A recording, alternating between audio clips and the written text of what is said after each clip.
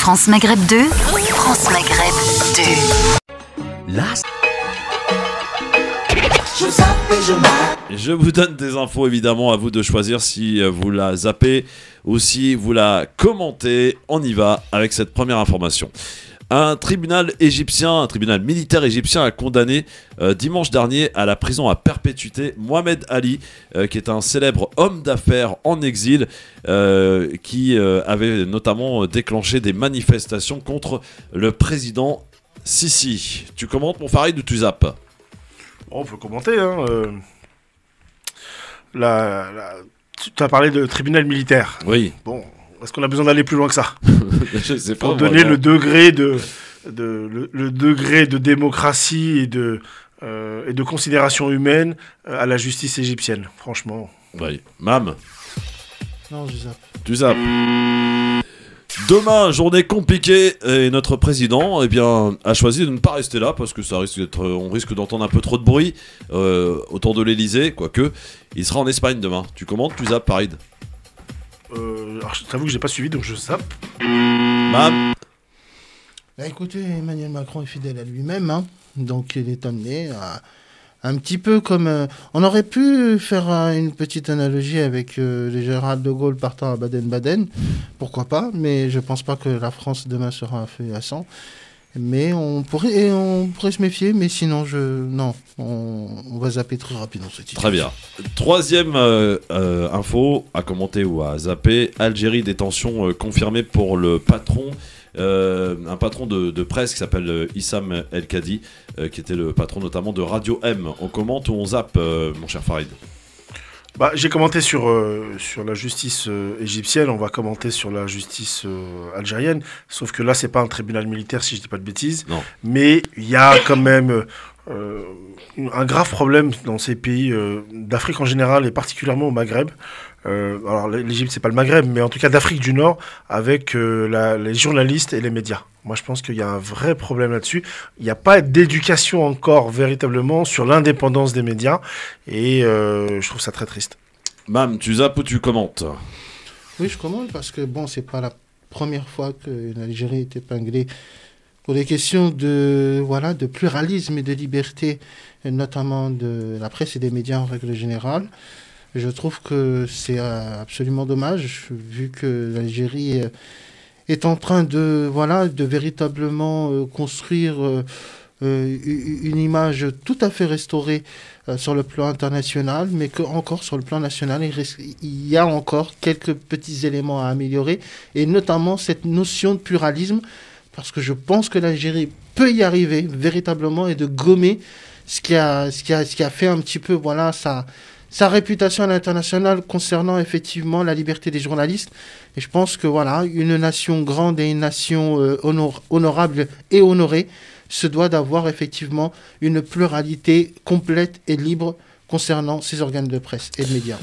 Quatrième info, la commission d'organisation de la CHAN, qui, vous le savez, a démarré vendredi dernier, a saisi l'instance judiciaire de la... de la CAF, compétente au sujet notamment de l'absence de l'équipe du Maroc lors du match prévu contre le Soudan. Dans un communiqué de la CAF paru ce lundi, on y indique que le Maroc pourrait encourir des sanctions financières, mais aussi l'exclusion de 2 prochaines éditions de cette CHAN. Farid, on commente ou on zappe? On peut commenter sur l'absurdité... des 2 fédérations pour moi, sur l'absence effectivement de l'équipe nationale. Je pense qu'il y a un jeu politique des 2 côtés. Je pense que les 2 espèrent en tirer profit. Je suis pas sûr que ce que tu viens d'annoncer aille vraiment jusqu'au bout. Par contre, c'est ce que... Oui, bien sûr, c'est un jeu de communiqué de presse. C'est malheureux pour les sportifs, pour ceux qui aiment le foot, et je pense que Je pense qu'en fait, le football doit rester au-delà de ses préoccupations. Le football et politique, non, aujourd'hui, font bon ménage. Oh, ça l'a toujours été. Hein. Oui, oui. On en parlait d'ailleurs avec Robin Molina hier. Oui, voilà. Mais moi, je suis pas choqué. Hein. Je suis pas choqué que certains se servent du sport. Vous vous souvenez des points, des points de ces athlètes américains aux Jeux Olympiques? Non, mais plus récemment, la Russie exclue du mondial. Ou la Russie exclue du mondial, tout à fait. Donc moi, je suis pas choqué. Ce sont pas des mouvements, mais ce sont des moments qui sont intenses par le fait qu'en fait beaucoup de gens les suivent. Donc du coup, vous avez forcément soit des pays, des États, soit même d'autres structures qui essayent de se servir pour faire passer des messages. Là, en l'occurrence, il y a un jeu de dupes clairement des deux pays. Et c'est bien dommage. La question, c'est personne voulait lâcher. Le Maroc a fait son cinéma, l'Algérie a fait son cinéma.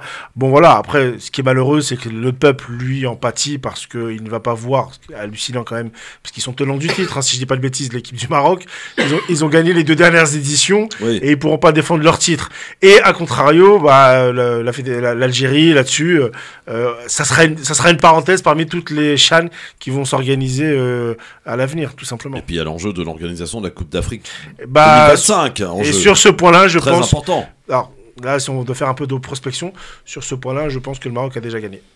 Eh bien, on verra. L'avenir nous le dira. Mam, tu commentes ou tu zappes? Non, je zappe. Très bien. On a beaucoup trop parlé. Dernière information qui nous emmène en Tunisie, qui, vous le savez, la Tunisie est confrontée à des pénuries très importantes et qui reçoit une aide de la Libye. En effet, une centaine de camions chargés de sucre, d'huile, de farine ou encore de riz sont arrivés en Tunisie pour approvisionner un petit peu ce manque qu'il y a cruellement. On voit des magasins et des rayons vides. Farid, tu commentes, tu zappes? Oui, là, je veux bien commenter pour plusieurs raisons. Contrairement à ce que à part les initiés ou les Tunisiens eux-mêmes, les gens ne mesurent pas la situation dramatique économique du pays qui est la Tunisie. Ça, c'est une chose. Je rappelle que la Tunisie, au-delà même de la crise politique qui est toujours présente, et je trouve que c'est un beau geste de la Libye. Ouais. Je rappelle que la Tunisie a accueilli sur son sol énormément de réfugiés libyens ces dernières années. Donc, je trouve que c'est une bonne chose. On rappelle également que la Tunisie perçoit, ou en tout cas, des aides également de son voisin algérien dans cette solidarité. Donc, c'est des choses qu'on aime voir, qu'on préférait ne pas voir d'ailleurs, en réalité, parce que moi je préférais que la Tunisie soit forte et solide économiquement.